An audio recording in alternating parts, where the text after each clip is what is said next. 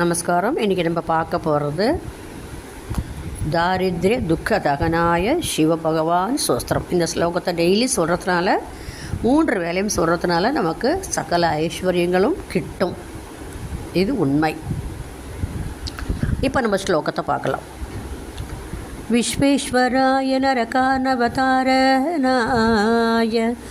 கருணாமிருதாய சசிசேகரதாரராய கற்பூரகுந்ததவளாய ஜடாதராய M தாரித்ரியதுக்கதகனாய நம சிவாய.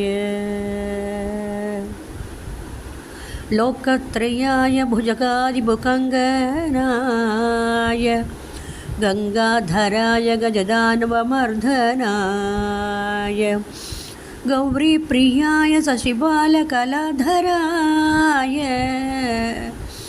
M தாரித்ரியதுக்கதகனாய நம சிவாய. முக்தேஸ்வராய பலதாய கணேஸ்வராய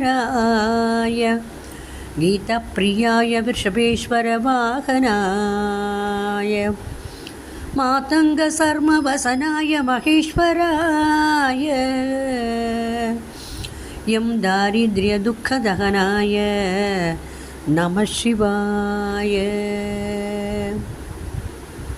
சர்வாம்பராய சவபஸ்மவிலேபனாய பாலேக்ஷனாய மணிகுண்டலமண்டிதாய நேத்ரத்ரயாய சுபலக்ஷணசம்ஸ்திதாய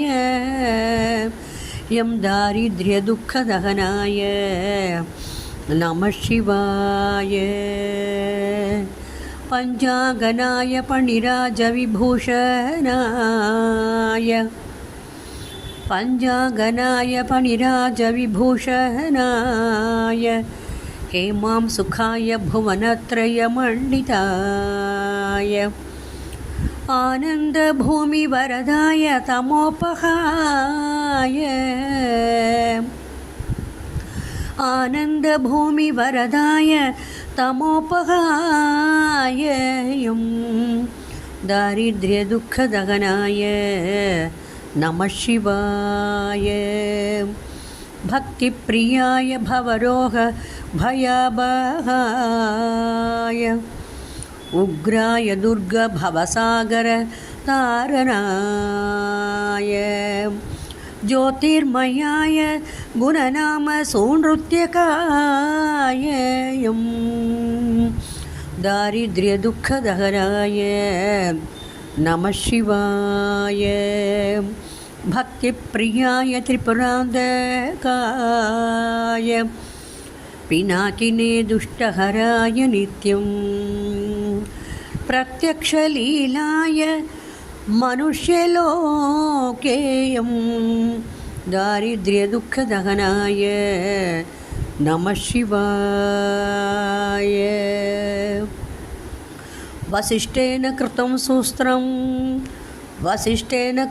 சோஸ்திரம் சர்வரோகநிவாரணம் சர்வசம்பத்கரம் சீக்ரம் புத்திரபௌத்ராபிவர்தனம் த்ரிசந்தியாயாம் யக் படேத் சிவசந்நிதோ சிவலோகமவாப்னோதி சிவேன சக மோததே.